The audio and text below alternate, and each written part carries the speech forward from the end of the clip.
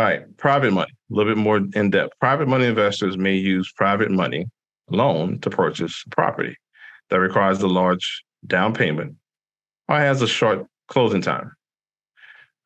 Short bridge loans. You need to get in this thing within 30 days, 15 days. I don't like fast deals. So here's the thing. Private money is going to sound attractive. I don't like fast closes. Go with a traditional closing time. Pick your property, get your thing in, do your rehab, blah, blah, blah, set everything up. Don't try to get in this thing where you're trying to do a fast close. You're going to miss something. Not early in the game. Take your time. I would piggyback on somebody who's doing a deal and let them walk you through the deal with you. Just saying. Some people want to do it on their own out the gate. I don't advise it. Run piggyback, run shotgun with somebody to see how this thing works. When they pull permits, they put the drywall up, pull permits, etc. Low voltage. You want to see how all this comes together. When they strip a house down, you want to look at those studs and see what's what. You want to be able to understand how this whole process works. That way you're not taking advantage of or something happens and you can't pass inspection. The investor may approach friends or family, happens, insurance policies, all that. Willing to lend money at a competitive interest rate, allowing the investor to secure the property quickly and generate real income and sell the property for a profit. Start building your network up now. I really would. Start thinking about people you maybe didn't think about before who can be your private money investors, because that can be. Thank y'all. I'm just going to chat. Thank y'all. Thank y'all. I'm glad. I always get sensitive to where y'all can actually go learn from me to make sure I give you all the right information. It's not really like I worry about it, but it's like I know it works, but it's like, how do you receive it, right? I can say it all I want to. Do you receive it well, right? Um, so private money, man, is and I'll be honest with y'all, build relationship with the healthcare community. Because these physicians, engineers, I mean, a lot of them got capital. They don't like their 401k a whole lot. A lot of people really don't. And you'd be surprised when you can pull 50, 100 grand from or more, and you don't need much. Often, real estate, you don't need a lot. You get you a good hard money person, good private money person, but a good hard money lender, man, you just need a little something down, a contingency budget. Please take care of your credit. Get a little credit line here or there that you can pull from and find you a nice deal. Worst property on the street. I ride for deals even now. Even to this day, wifey and I ride around. We just say, hey, let's go duck off in third ward, or let's go duck off over here and just see what we find. And you'd be surprised what you find. Again, watch the replay. I gave a lot of gems on where to get properties from, and you'd be surprised where you find stuff. Seller financing. Real estate investor may use seller financing to purchase a property from a motivated seller. Right now, a lot of motivated sellers. A lot of layoffs happening. A lot of people are scared. A lot of stuff going on. A lot of motivated sellers. Get into this game. Take your time. It's going to be funny in these streets for a minute. And look, you can take advantage of it and do well in this market. Trust me. A real estate investor can use seller financing to purchase a property, motivated seller who is willing to provide the financing. The investor may negotiate a lower down payment or a longer repayment term period with the seller, allowing them to generate a rental income and sell the property for a profit without having to secure traditional financing. Work with them. Find out what they want, what they really, really need. Do you need money now? Can you wait? Do you need to get out of it? Subject to is also a way you can get it. You can acquire a property subject to the financing. You don't have to have the mortgage. I don't want to go into that a whole lot, so I'll throw it out there, but it's a good way to get into properties as well. But seller financing, and again, notice these four.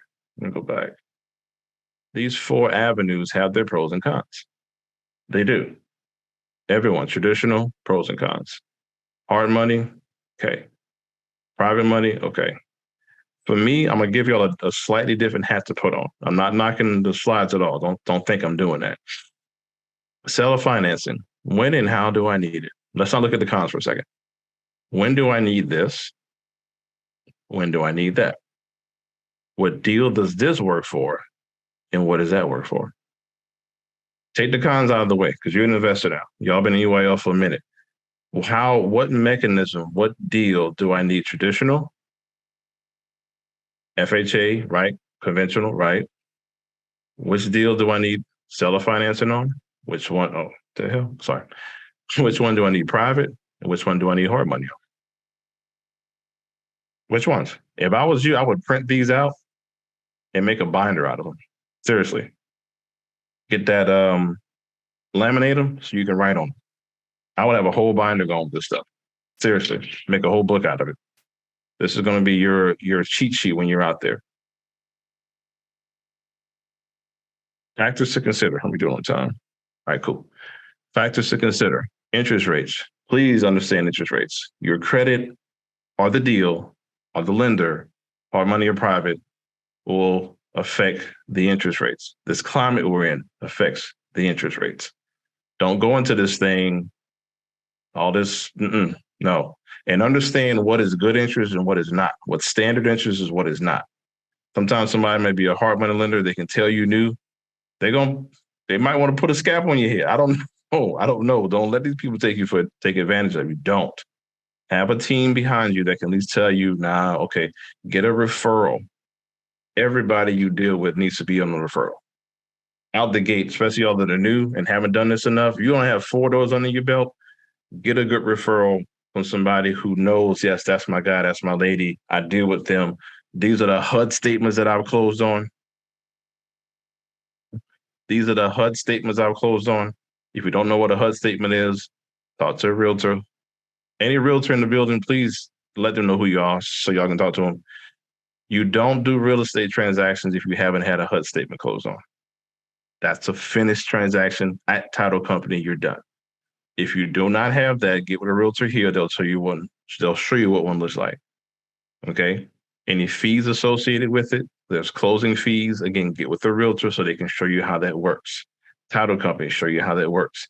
Down payment requirements. When we went over the when we went over FHA, things of that nature, you want to know what down payment requirements are necessary. Repayment terms, hard money, they'll let you do interest only throughout the deal. You don't have to do principal and interest on some of these hard money, especially if you're doing the flip.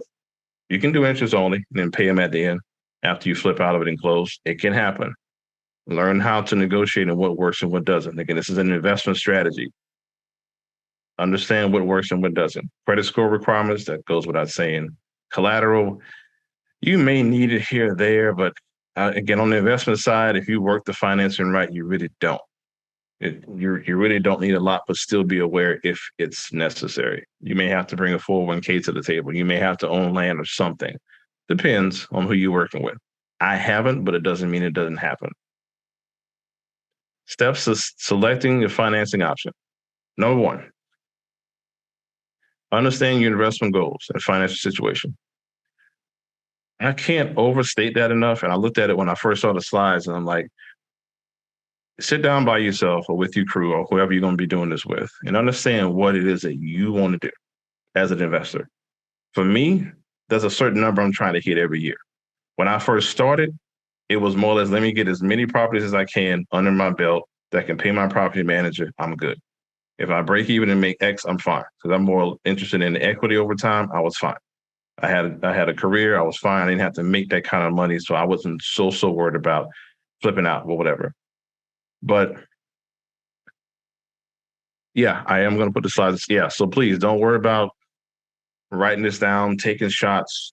All the slides go in study hall. Don't worry about it. And I said this first class, I want to say it again. The best way I teach and the best way to learn, take your bullet points, take your notes, but take it in. Understand it. Go back, listen to the replay. Take your notes from there and then go down and really niche down on those notes, okay? Calculate the total cost of each financing option available to you. Run your numbers, basically. Run your numbers and know what lender's giving you, what the fees are going to be. Write the whole thing down before you commit to a deal. Please do that. And run it by somebody else before you say yes and go. Because once you take these people money, then you run your numbers. Evaluate the risk and benefit of each option. I do that, honestly. Worst case scenario, what's going to happen? Best case scenario, what's going to happen? Okay, if I can fall in between, okay, bet, I'm good. And have a fail safe.